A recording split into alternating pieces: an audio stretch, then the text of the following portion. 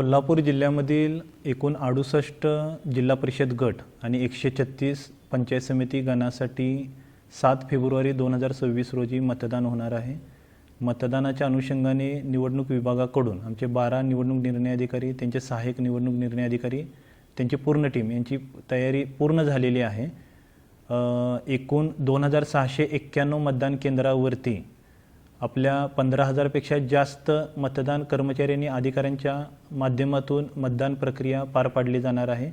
जिल्ह्यामधील जवळपास 23 लाखापेक्षा जास्त मतदार या मतदान प्रक्रियेमध्ये सहभागी होणार आहेत। तर माझं कोल्हापूर जिल्ह्यातील सर्व मतदारांना, ग्रामीण भागातील सर्व मतदारांना नम्र आव्हान आहे, 7 फेब्रुवारी 2026 रोजी सकाळी 7:30 ते सायंकाळी 5:30 या वेळेमध्ये मतदान होणार आहे। कृपया आपण मतदान केंद्रावरती यावं आणि आपल्या मतदानाचा हक्क आपण बजावावा।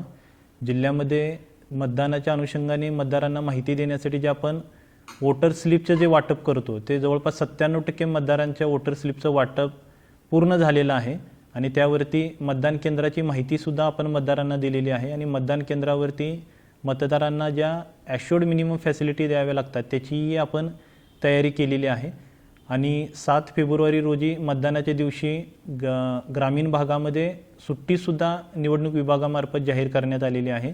तर माझ्या सर्व मतदारांना परत एकदा नम्र आव्हान आहे, मतदानाचा दिवस हा सुट्टीचा किंवा बाहेर फिरण्याचा दिवस नाही, तर लोकशाहीने आणि संविधानाने जो आपल्याला मूलभूत अधिकार दिलेला आहे, जो आपला महत्त्वपूर्ण अमूल्य अधिकार मतदानाचा दिलेला आहे, तो मतदानाचा अधिकार निपक्षपातीपणाने आणि योग्य विचारपूर्वक वापरण्यासाठी हा अधिकार दिलेला आहे। तर त्या अधिकाराचा वापर करा। प्रत्येक निवडणुकीमध्ये लोकसभा, विधानसभा, नगरपालिका, महानगरपालिका निवडणुकीमध्ये कोल्हापूर जिल्ह्यामधील मतदानाची टक्केवारी ही आघाडीवरती राहिलेली आहे।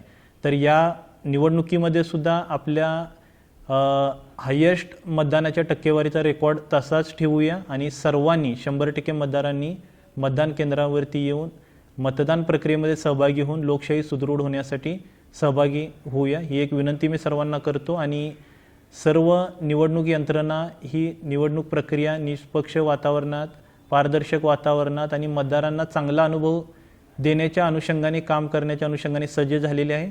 मतदारांनी सुद्धा समोर यावं। धन्यवाद।